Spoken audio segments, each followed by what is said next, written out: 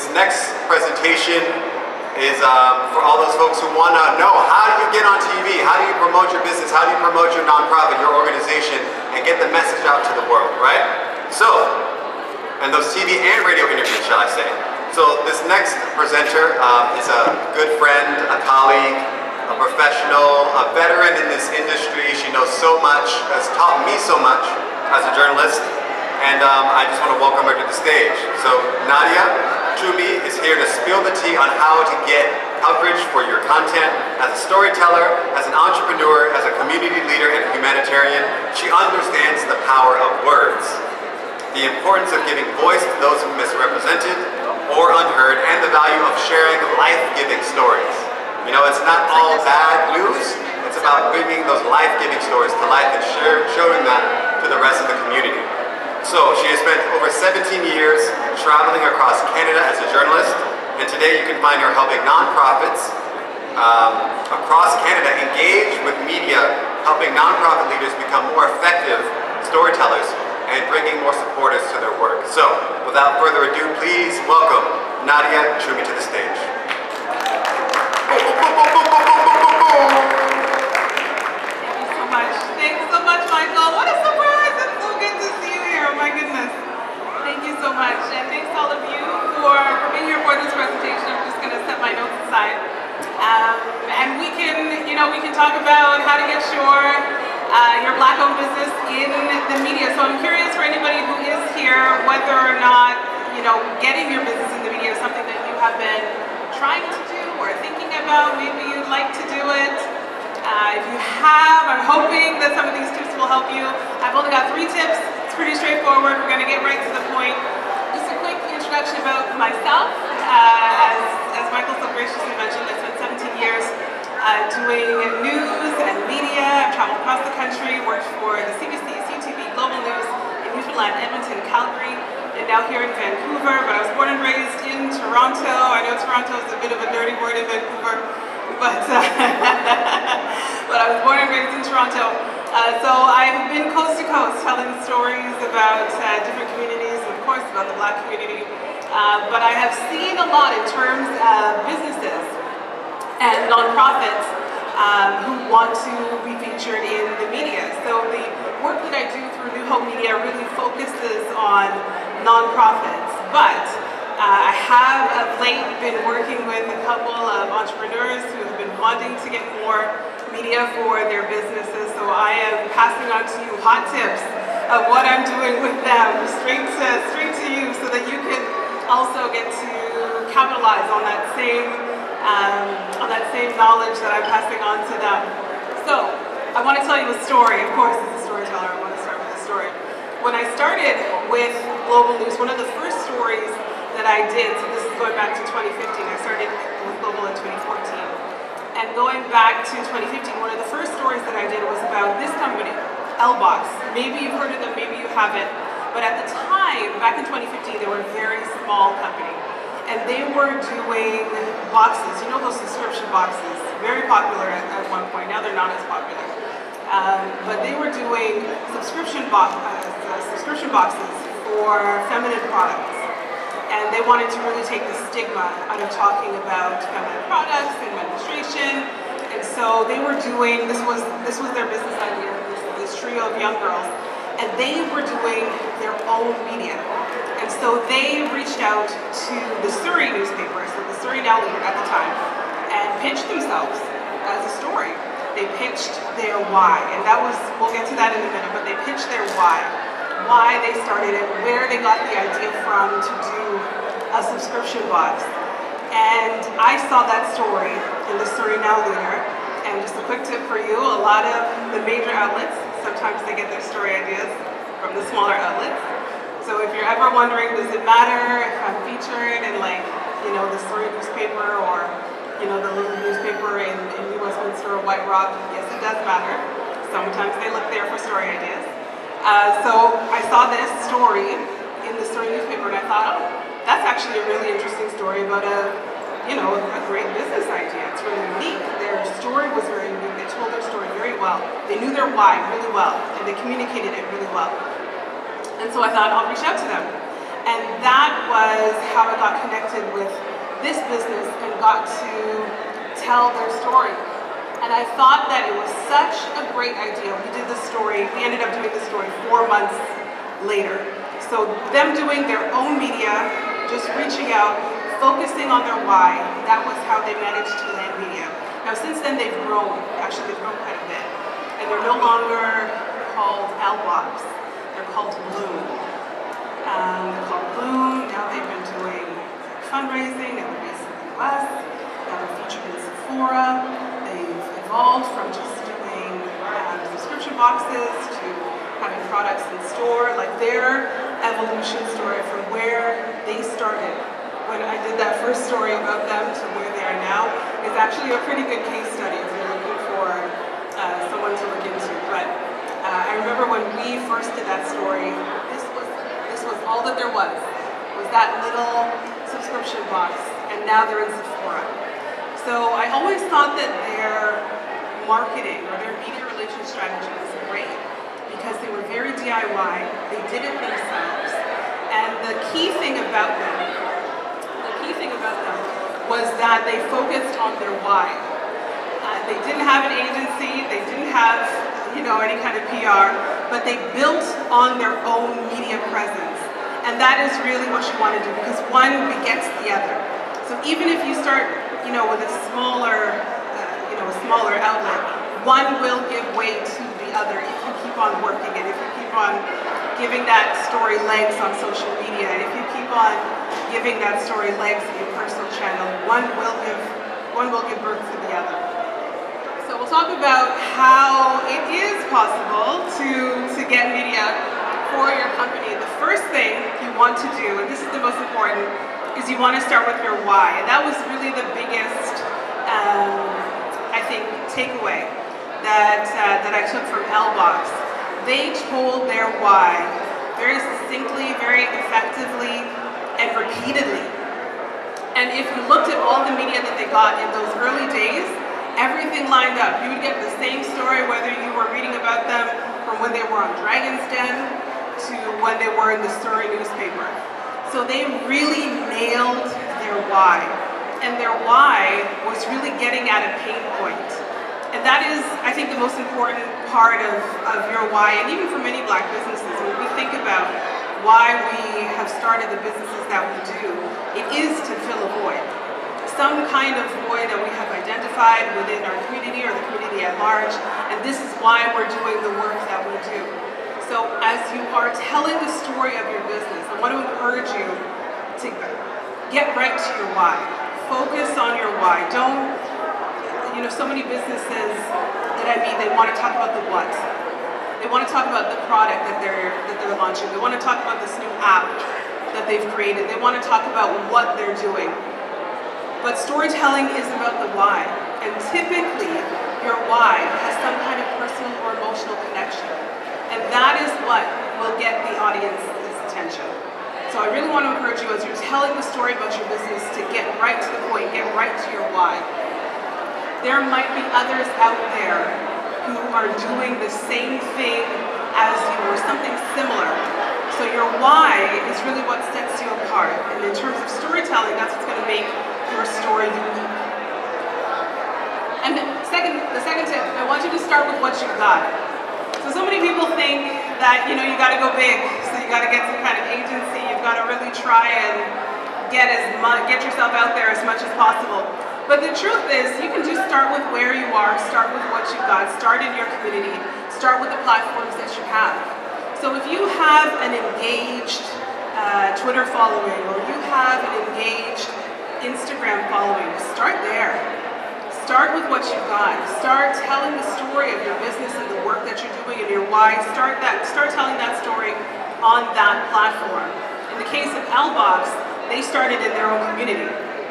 Right? They started with the Surrey Now Leader, the smallest, one of the smaller newspapers in Canada, for crying out loud, before they ended up in a larger place like the Globe and Mail. So start with what you got. Start with where you are, the connections that you have, the people in your network. And networking is the key thing because when you talk about your network, so many people think that there is nobody that I know in my network who is connected to media. But I assure you that someone knows someone knows someone who knows someone who can introduce you to someone at a local paper or at a radio station or at a media outlet. So this is something that's really important in terms of, you know, getting your story out there. You do want to network within your own, you know, within your own sphere of influence, within your own network. Start talking to as many people as you can and tell them what you're doing, which I find is something as Black business owners that we're reluctant to do. You know, we just got this, you know, got a small business on the side, you know, just doing this little thing on the side. No. Go big, tell everybody your why. And tell it like you're talking to Oprah. You know, tell that why, tell that story, just the same way you would as you were talking to Oprah or as if you were doing the interview with the Globe and Mail right then. Tell your why with the same kind of confidence. Don't dumb it down. It's not a little business. It's not something just that you're doing on the side. This is something that you're doing, that you're passionate about, and you're doing it for a reason. So start there and tell that story with that same level of confidence as you would, you know, if you were telling it to someone who was, you know, bigger and powerful. Some pitch examples that I want to give to you just before we move on. So, a bad pitch. We just launched this new product and I want to tell you all about this new product. If you're pitching that to a buyer, you know, at the Bay or at Target, sure. You know, of course, they want to know all about the product that you're pitching. But if you're trying to pitch to a journalist your product, I'm going to be honest with you, they're probably not going to care. Because so much of what we do in news is about what's unique, and we tell stories, right? We're here to tell stories. So if you're not telling a story, if you're just telling me, oh, I've got this product and I've got this business, it's going to miss the mark. And this is why so many small business owners miss the mark when they're trying to get that kind of media attention, because they're focusing on what they're doing. As opposed to, we created this product to be a solution to this problem. Now you've got their attention. Because you're telling them, first of all, there was a problem that they didn't even know existed.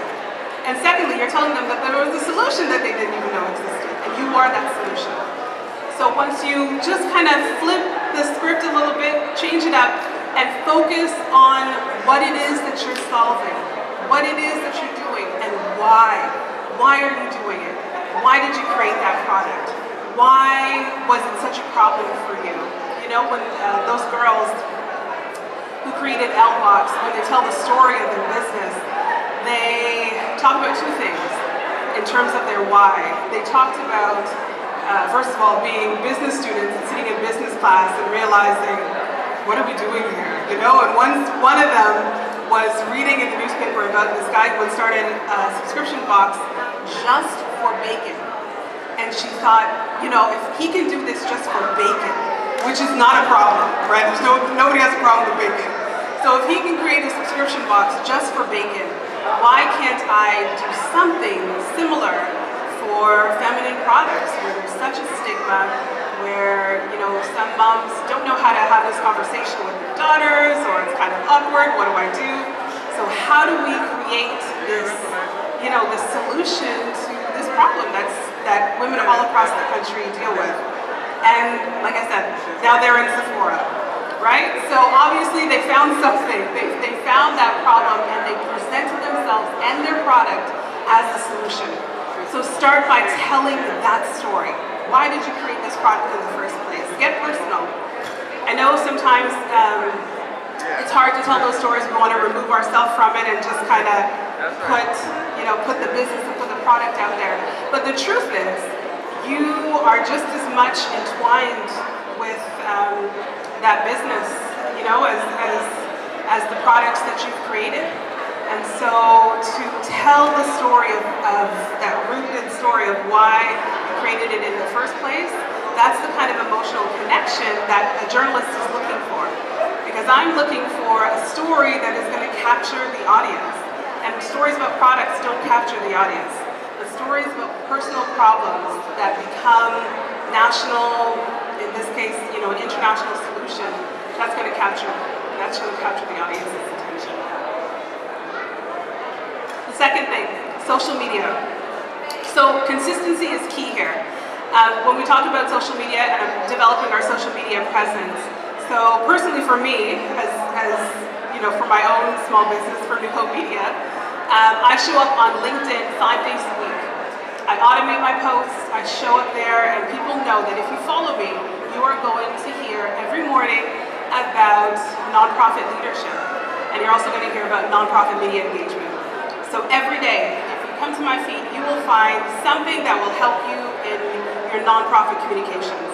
So if someone is coming to your feed, if you are a service provider, if you are a consultant, what knowledge are you giving them? What value are you adding to their feed? And we all know, like, our feeds get crowded, you know, by the end of the day.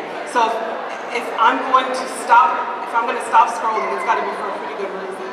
So are you giving people a reason to stop scrolling? And first of all, are you even showing up in their feed so that they can stop scrolling? So consistency is key here. It's also not a bad idea to tag outlets, especially once you've already gotten some media coverage. You know, if there's someone else's attention that you want to get to, it's not a bad idea to slide into their DMs. It's not a bad idea to send them a note on, you know, on Twitter or on LinkedIn, or to tag them in a post. It's not a bad idea to do that, but you do want to do that strategically, I would say. And then the third tip, the last tip, is to just start. Don't wait for the media to validate what it is that you're doing. Because if you already have a following, if you already have people who are following you on Twitter, if you already have products that you're selling, right, that are resonating with buyers or with people that you're marketing to, then you've already got something there. You've already got a story there. So don't wait for the media to validate what you're doing. Get out there, start doing it, and start talking about it. Start telling everyone about it. Start networking. Start working on that elevator pitch so that at the moment when you've got to tell the story of that why to that person who really needs to hear that story, you've already nailed that story, you know, as best you can. I think that's it in terms of the 3 tips that I've got for you, but I'll be hanging around afterwards.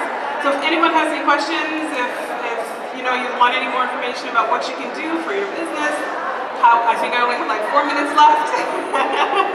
So I'll hang around, and if there's anything else that you wanted to know, I'm happy to stick around and answer your questions, provide you with any tips. Otherwise, all the best. You know, as Black business owners, I know it's not easy. So all the best as you're trying to pitch to media, and if there's anything that I can do to help you in that journey, I'm happy to do so. We have a Q&A. If anybody has a question, please line up and ask your question, please. You don't mind answering questions? I don't mind answering questions. I just know sometimes asking questions in this sphere is not what people want to do. So I don't mind hanging around. I'll ask the first question. I have a vested interest. What shouldn't you do when you're trying to approach any kind of publication about your business? Obviously, you said don't pitch the what, but the why. But is there any like appropriate times you want to reach out in the week, or you know, any strategic things that you can give people to help understand what happens behind the scenes? Yeah, so a couple things that I usually tell nonprofit leaders. So you typically want to, if you're going to send a pitch, send it first thing in the morning, because that's when decisions are made in newsrooms. So if you're going to send that pitch at like 2 or 3 o'clock in the afternoon, that's a non-starter. Maybe the email will get read, I don't know. So you want to do it at first thing in the morning, before like 9:30.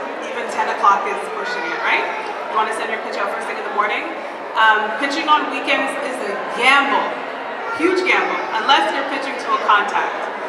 So for example, there's a nonprofit that I've been working with this weekend, and they got media coverage today, and so we pitched that story 2 days ago, right? We didn't wait until Saturday morning to pitch the story. We pitched the story earlier in the week, knowing that they were going to have a show on Saturday morning, and that's how they got their media coverage today on Saturday morning. So pitching on the weekends is a huge gamble, unless it's like breaking news or something, you know, super exclusive. I would say you're going to want to stick to, you know, during the week, and not Fridays. Yeah, not Fridays. people are checked out on Fridays. So, you know, the best time is earlier in the week and first thing in the morning. And pitch to your contacts. As much as you can, pitch to people you know. So I know most media outlets, they have like, you know, you can use this email to send us tips, and there's like a tips at, you know, such and such news.com. Those emails get flooded with a lot of messages, or those email addresses get flooded with a lot of messages. So you may or may not get your email read if you send it to those addresses. And same thing with the, like, you know, the forms sometimes that they have on the website, where you can kind of punch in the information and add the attachment. It may or may not get read. So your best bet is to pitch to people that you know. Yes, I think you have given us a very valuable information according to the time. But if I want to get into it, I want to know who you are, and if I can take some information to get into this, because this is very, very valuable information. Yeah, sure. I do have a business card and some flyers. So once we're all done up here, I can come find you and I'll give you some. Okay. Something. Yes, absolutely.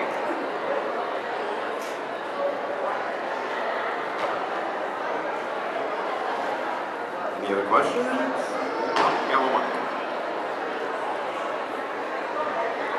Thank you so much for the time. You gave some really valuable points and tips out there. I do have a question. Sometimes, you know, when you have products, it feels like it's easier to just sell. People try the product does what the product does, and it's easier to see the evidence of what the product is. How do you advise for services in terms of getting clientele and making sure your name is out there? And what do you say about doing a lot of volunteer work in the starting stage of you know, in the business services? Because sometimes I find that I apply to role and I'm not as creative because I've been so stretched out to do so many things. Like, what do you have to say about that? So in terms of, that's a good question. So in terms of services, what kind of services do you offer, for example? I'm a fashion stylist in the city, so I do a lot of wardrobe styling, personal styling, brand shopping for creative director for the new rollouts and things like that. Okay. So a few ideas for you. So first and foremost, where do you show up most on social media, and what do you post about? I show up more on Instagram, And what do you post about when you show up there? so a few styling videos from time to time, and then a bit of my work, like in action, work with clients or brands and things like that. So for most people like us, because I'm also a service provider, right? So for most people like us, we feel like we have to be on every platform, and so we show up on every platform, and we just try and, you know, pick up as many followers as we can. But one strategy that I have found has worked for me has to pick one platform and double down on it. So for me, the platform that I picked was LinkedIn. Now for you, it would be Instagram. So for me, I showed up on that platform, and you will do the same. You'll show up on Instagram, for example, consistently, and every day provide value in their feeds. So what does providing value look like for the people that you follow? And this is, I think, the first thing that you have to understand about the people who follow you. Why are they following you? So do they need fashion tips? Are they trying to do the same kind of work that you're doing? They want to know, you know, how you got into that work. Why are they following you? So the first thing is you need to understand people who follow you and what is their pain point. What is it that they struggle with the most? What is it that they're most frustrated? In my case, for nonprofit leaders, they are small. I work with a lot of Black-led and Black-serving nonprofits, and most of them don't have somebody to do communications in-house. So they don't know where to start. So I am starting with teaching them everything that they need to know to build a communication strategy, how to engage with the media, how to build relationships with reporters. So I'm teaching them everything that someone who might be a communications manager would be doing if they had the budget to work with them. But I've discovered their pain point. And so every day I speak to their pain point. On LinkedIn, for example, I've been speaking to their pain point for a year, and without doing any paid advertising, no paid advertising, I've gotten all my clients. So, consistency and finding out what it is that they're struggling with, that's how you'll begin to attract clients. So, if you can do one thing, I would say over the next couple of weeks, find, and I know what it is to do like you're trying to help people, trying to get you, I know that's like, so I would say put a limit on that, and do you have like a price list and you've set your prices? Okay, so you want to start reaching out to people who, maybe if they just worked with you for, I don't know, just for a couple of weeks, and you solved one of their problems. After seeing what you can do, you can flip them, right? You can convert them into a client. And so that's typically what I've done strategically. If ever I have a gap in the number of clients that I'm serving per quarter, then I just try to identify one where I can help them. I can get them in the media. And once they get that one story, once they get that one thing that they've been looking for all that time, that's enough. And then they become a client. Okay. Anyone else have any specific questions? I think we're out of time, but I'll stick around. And I'm happy to answer any questions that you have. Thank you, Nadia. Round of applause for Nadia, please. Dr. Jim.